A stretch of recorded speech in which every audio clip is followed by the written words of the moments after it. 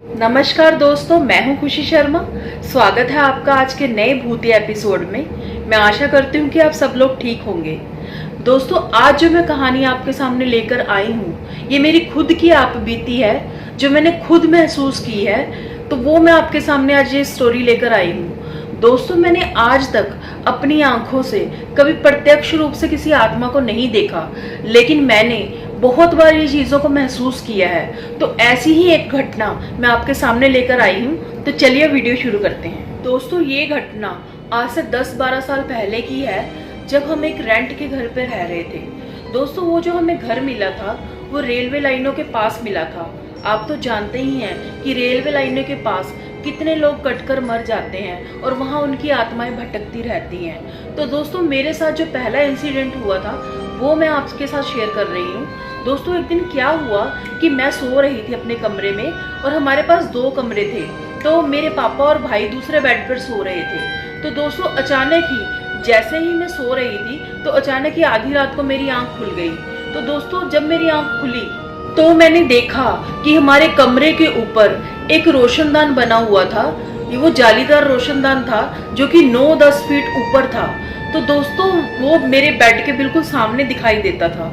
और जब मैंने रोशनदान की तरफ देखा तो मुझे 2 बड़ी बड़ी ब्लू कलर की आंखें अपनी तरफ देखते हुए दिखाई दी। मैं एकदम से हैरान हो गई कि ये इतना लंबा आदमी कौन हो सकता है। अब 9-10 फीट का तो कोई आदमी हो नहीं सकता, क्योंकि ना ही हमने देखा है। तो मैं एकदम से हैरान हो गई कि ये क्या चीज है, क्योंकि मुझे उसका चेहरा नहीं दिखाई दे रहा था। मतलब मुझे सिर्फ उसकी आंखें दिखाई दे रही थी, चेहरा बिल्कुल भी नहीं दिखाई दे रहा था। मैं 2 मिनट तो सोचने में ही लगी कि आखिर ये चीज क्या है। फिर मैंने अपनी आंखें बंद की। मैंने सोचा कि हो सकता है कि ये मेरा कोई वहम हो। तो मैंने अपनी आंखें बंद की और 2 मिनट बाद फिर से मैंने अपनी आंखें खोली। तो मैंने देखा कि वो आंखें टकाटक मेरी तरफ फिर से देख रही हैं। तो ये देखकर मैं बहुत ही ज्यादा डर गई और मेरा पूरा शरीर पसीने से भीग गया। दोस्तों, मैं इतनी ज्यादा डर गई कि आखिर ये कौन सी चीज हो सकती है। तो मैंने फिर से आंखें बंद की और फिर से आंखें खोली। तो दोस्तों, फिर वही आंखें मेरी तरफ देख रही हैं लगातार। तो इस बार मैं बहुत ज्यादा डर गई थी। तो मैंने सोचा कि मैं अपने घर वालों को उठाती हूँ और उनको बताती हूँ कि ये कौन है। तो दोस्तों, जैसे ही मैंने अपने घर वालों को उठाने के लिए आवाज लगाई तो दोस्तों, मेरी आवाज एकदम से बंद हो गई। मैं जोर जोर से चिल्लाने की कोशिश कर रही थी, लेकिन मेरी आवाज निकल ही नहीं रही थी। तो मैं बहुत ज्यादा डर गई और उन आंखों को देख रही थी, और वो आंखें मेरी तरफ ही देख रही थी। तो अब मैं सोच में पड़ गई, तो मैं अब करूँ तो करूँ क्या। तो दोस्तों, मैं हिल भी नहीं पा रही थी, मेरी ये हालत हो गई थी। और उस टाइम मैं साईं बाबा जी को बहुत ज्यादा मानती थी।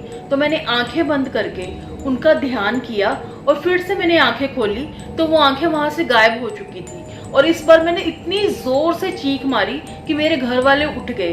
तो उन्होंने पूछा कि क्या हुआ। तो मैंने अपने भाई को बताया कि यहाँ पे कोई था, अभी मेरे को 2 आंखें घूर रही थी, तो कितनी देर से घूर रही थी और मेरी आवाज भी बंद हो गई।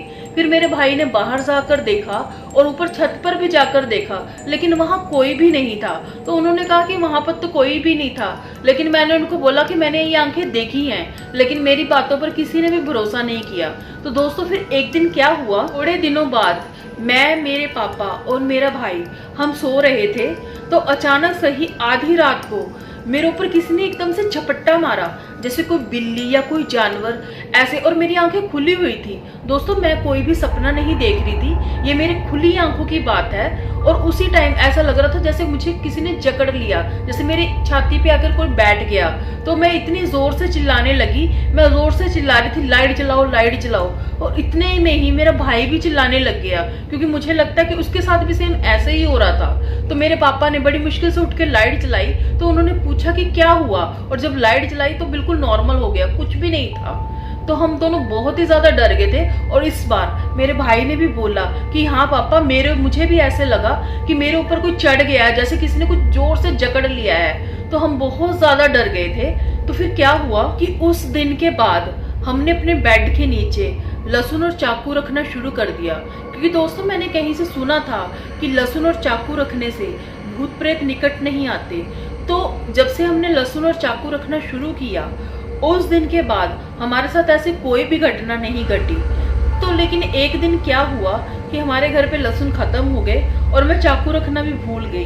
मैंने सोचा कि शायद अब कुछ नहीं होगा, तो आज ऐसे ही सो जाते हैं। तो दोस्तों जैसे ही रात हुई, मैं दूसरे कमरे में सो रही थी और मेरे पापा और भाई वो दूसरे कमरे में सो रहे थे। तो दोस्तों मुझे लगा कि मेरे पीछे से कोई एक खुरदरा सा, जैसे रस्सी होती है वैसा हाथ कोई मेरी पीठ के पीछे से फेर रहा है। तो मुझे बहुत ही अजीब फीलिंग हुई कि पीछे मेरे कौन हो सकता है, मैं तो इस बेड पे अकेली सो रही हूँ। तो दोस्तों फिर क्या हुआ कि मेरा शरीर एकदम से हिलना बंद हो गया और मेरी आवाज भी बिल्कुल बंद हो गई। जैसे उस दिन मेरी आवाज बंद हो गई थी, सेम उस दिन भी मेरी आवाज ऐसे ही बंद हो गई। मैंने बहुत चिल्लाने की कोशिश की लेकिन मेरी आवाज ही नहीं निकल पा रही थी। तो उस दिन की तरह मैंने फिर से साईं बाबा जी को याद किया और अपनी आंखें खोली और एकदम से मैंने इतनी जोर से चीख मारी कि मेरे पापा और भाई दोनों ही उठ गए और मैं भाग के अपने पापा के कमरे में गई और उनको फिर से सारी बात बताई और उस रात वो उन्हीं के साथ ही सो गई। तो दोस्तों ये जब घटना हुई तो सुबह उठ के फिर हम लोगों ने डिसाइड किया कि हम इस घर में नहीं रहेंगे, अब ये घर हम छोड़ देंगे। तो दोस्तों कुछ ही दिनों बाद हमने वो घर छोड़ दिया, लेकिन उस घर की जो यादें हैं वो मैं आज भी याद करती हूँ तो मैं बहुत ज्यादा डर जाती हूँ। दोस्तों जो लोग कहते हैं कि भूत प्रेत नहीं होते, ये बिल्कुल गलत बात है। पहले मैं भी इन चीजों पर विश्वास नहीं करती थी, लेकिन जब से मेरे साथ ऐसी घटनाएं हुई हैं तब से मुझे इन चीजों पर और भी भरोसा हो गया है। दोस्तों चाहे मैंने प्रत्यक्ष रूप से किसी को भी नहीं देखा, लेकिन मैंने जो वो 2 आंखें देखी थी वो बिल्कुल सत्य घटना थी। आपकी इस बारे में क्या राय है? वो आंखें किसकी थी, वो क्या चीज थी? तो नीचे कमेंट करके जरूर बताइएगा। दोस्तों ऐसी ही एक घटना हमारे साथ और घटी थी जो मेरी मम्मी के साथ घटी थी, जिसकी वजह से मैंने अपनी मम्मी को खो दिया। वो वीडियो भी मेरी पिछली वीडियो में है, उस वीडियो का लिंक मैं अपने डिस्क्रिप्शन में डाल दूंगी। तो जिन्होंने वो वीडियो नहीं देखी है तो वो वीडियो जाकर देख लें। तो दोस्तों ये थी मेरी कहानी जो कि बिल्कुल सत्य घटना है। अगर आपके पास भी ऐसी कोई स्टोरी है तो मुझे मेरे इंस्टाग्राम चैनल पर लिख भेजिएगा। तो इसी के साथ ही मैं खुशी शर्मा आपसे विदा लेती हूँ। मिलते हैं आपको एक नए एपिसोड के साथ, तब तक के लिए आपका बहुत बहुत धन्यवाद।